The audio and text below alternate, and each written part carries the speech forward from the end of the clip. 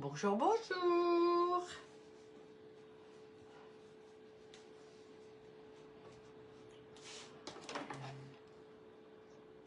Oui, ça va.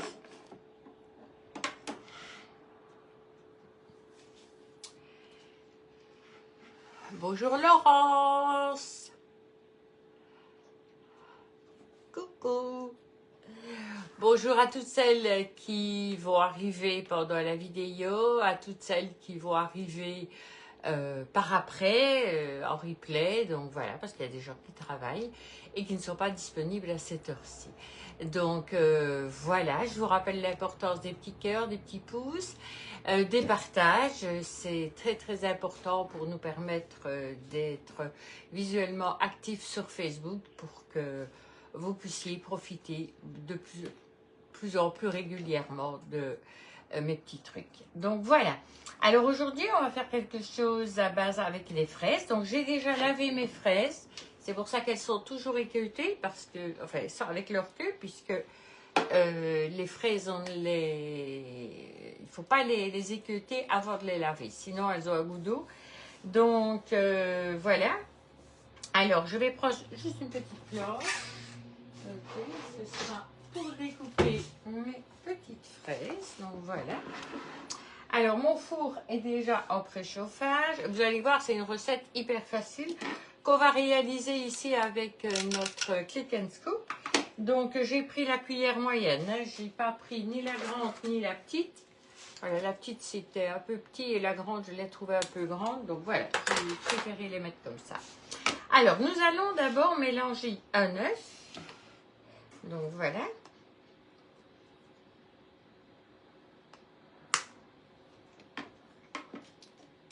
Ok, voilà.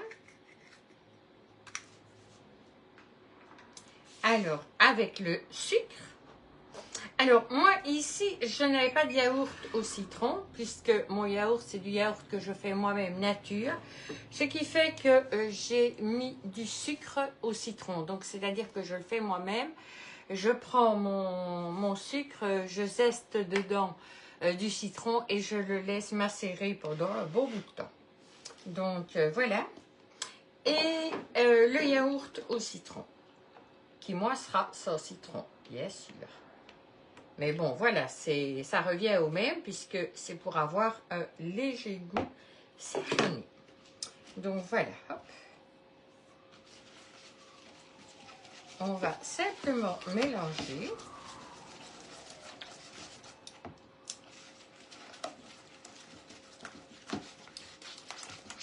Donc moi, j'ai choisi de le mélanger avec la spatule, parce que là, ce sera plus facile, quand la farine sera mise, de travailler avec la spatule. Voilà.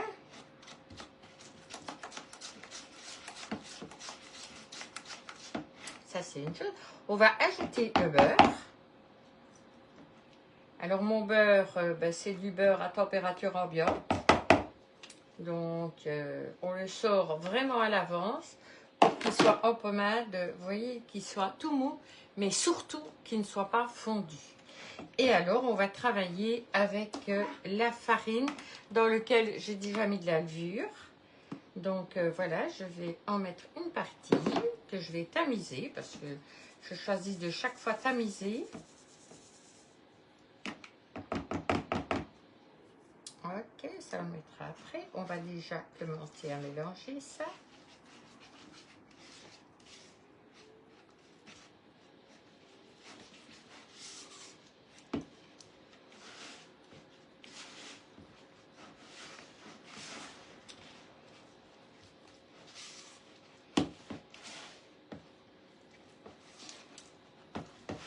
On continue.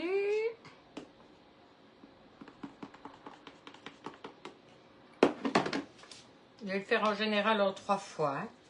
Environ une centaine de grammes. Vous savez quoi, je vais prendre directement là une cuillère. Et c'est ma spatule, je l'ai utilisée. Donc voilà. Hop. Et ça va me permettre d'écraser ma levure parce que c'est en général elle qui ne se tamise pas bien. Donc voilà. Donc ici, on remélange. vous allez obtenir une pâte assez ferme puisque ce sera pour mettre avec la cuillère. Donc,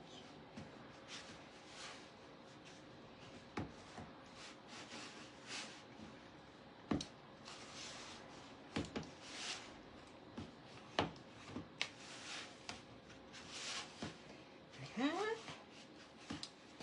Et il en reste encore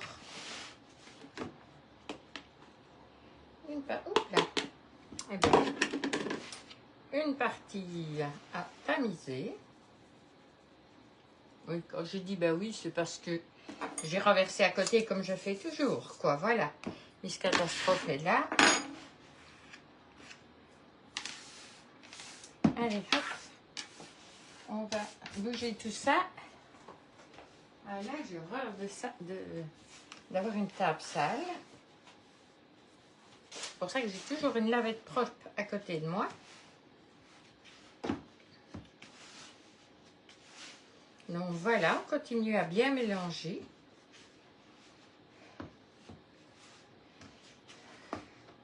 Alors celles qui le désirent, elles peuvent faire ça à la main. Voilà, c'est une question de choix. Bonjour Olga. Voilà, c'est vraiment une question de choix. Hein. Chacune travaille comme elle en a envie.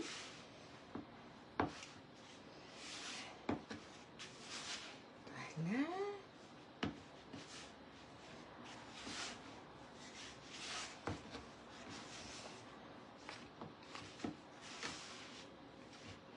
Je trouve qu'à la spatule, j'arrive bien à un bon résultat. Donc voilà, ok. C'est déjà très bien mélangé. Donc ce que je vais faire maintenant, je vais prendre mes fraises. Donc j'ai pris une dizaine de fraises. Hein. Ici, je vais couper la petite queue et je vais les couper en morceaux, tout simplement.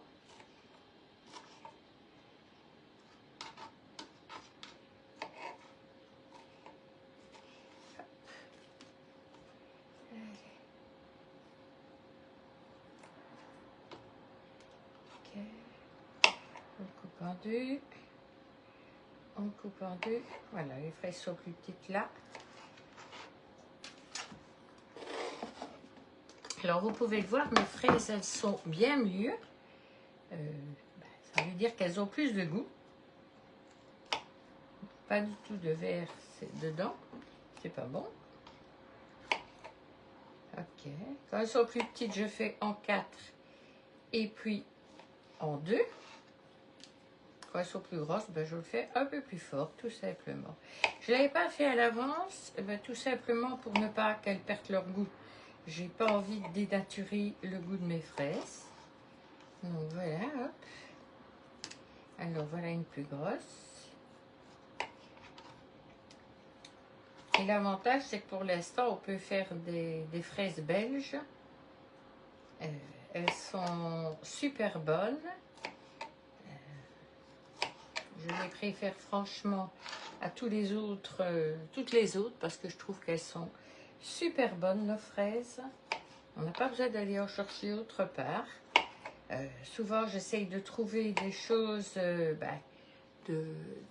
d'ici tout près. Voilà. On essaye de privilégier le circuit court.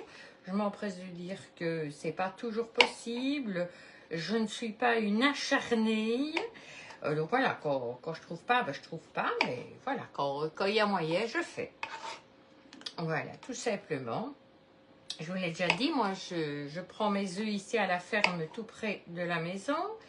Je prends mon lait là, je prends certains légumes quand il en a, parce qu'il n'en a pas toujours. Donc voilà, je travaille un petit peu avec tout ça, parce que je trouve que c'est mieux. Voilà. Voilà, alors maintenant, ce qu'il faut faire, c'est les incorporer. Alors ça, c'est peut-être la partie la plus compliquée.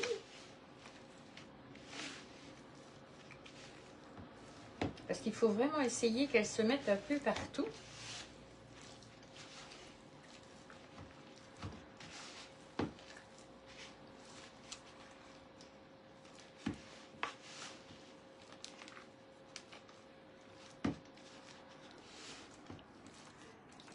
voyez, mais on y arrive quand même très bien.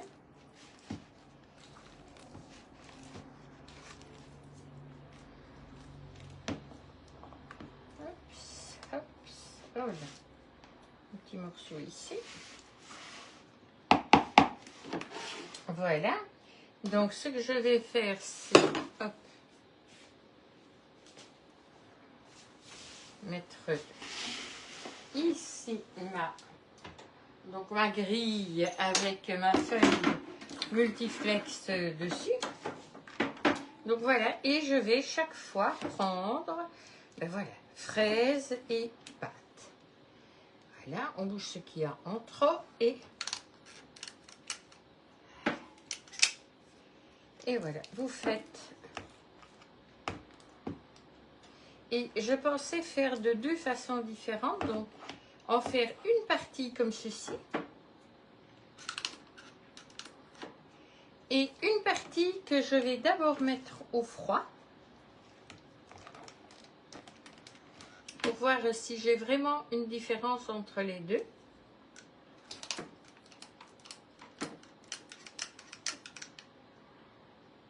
Ah, elle a eu un petit peu.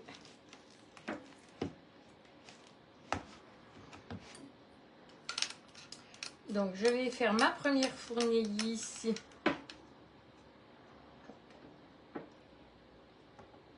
Ah oui, là j'ai un petit souci. Hop. On... Ok.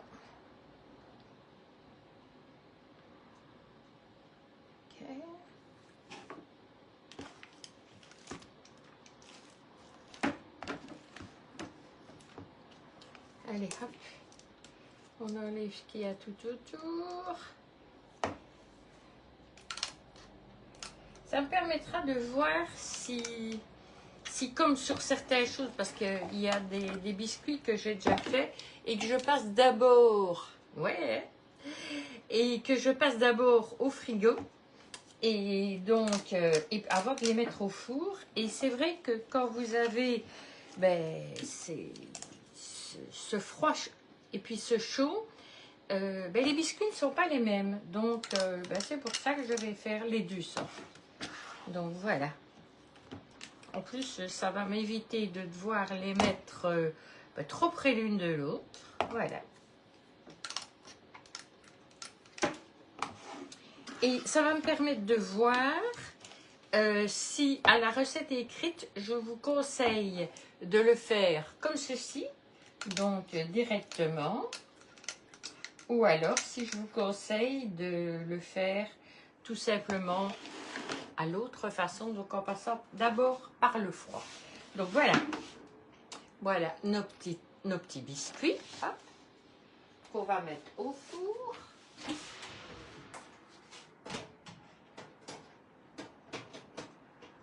Ok. Ils sont mis là et je crois que c'est 15 minutes.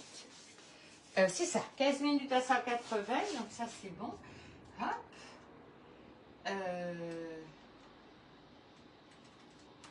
15 minutes. 15 minutes. Et star. Ok.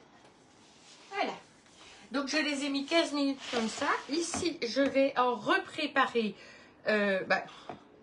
directement sur ma planche. Comme ça, je pourrai directement les transvaser du froid au chaud. Et voilà, vous aurez les photos des deux. Comme ça, ça vous permet de voir vraiment s'il y a une différence. Parce que pour certaines préparations, notamment mes cookies, c'était vraiment quelque chose que je conseillais de les passer d'abord au froid pendant, je pense, une bonne heure. Parce que les cookies étaient nettement plus beaux et même meilleurs. Pour ceci, je ne sais pas. Donc voilà, ne sachant pas, je vais faire les deux. Et je vous dirai ce qui est le mieux. Je goûterai un de chaque. Donc voilà. Et je vous rappelle que vous pouvez me suivre ici sur Tupperware Daniel Cuisine. Vous pouvez entrer dans mon groupe Tupperware Daniel. Là, il faut faire la demande. C'est un groupe qui est fermé. C'est-à-dire qu'on sait le voir, mais pour y entrer, il faut que je vous y accepte. Donc c'est un groupe bon, un petit peu plus personnel. Vous pouvez aussi me suivre sur YouTube, tout simplement sur Daniel Micom, là où je mets toutes mes recettes. Et alors, j'ai fait un blog pour accompagner ça parce que sur YouTube, on ne sait pas les écrire. Et pour toutes celles qui ne savent pas et qui n'aiment pas venir sur Facebook, et ben voilà, il y a le blog, c'est mes recettes Daniel overblog, un truc ainsi.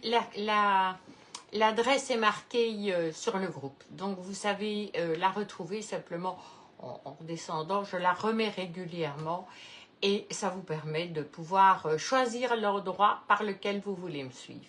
Donc voilà, et sur l'Overblog, là je mets la retransmission de YouTube, donc je mets là en vidéo, je mets la photo et je mets la recette écrite. Chose qu'on ne sait pas avoir sur YouTube, je mets juste les ingrédients. Donc voilà, je vous souhaite une merveilleuse après-midi et je vous dis à bientôt. N'oubliez pas, partagez, partagez, partagez. À bientôt.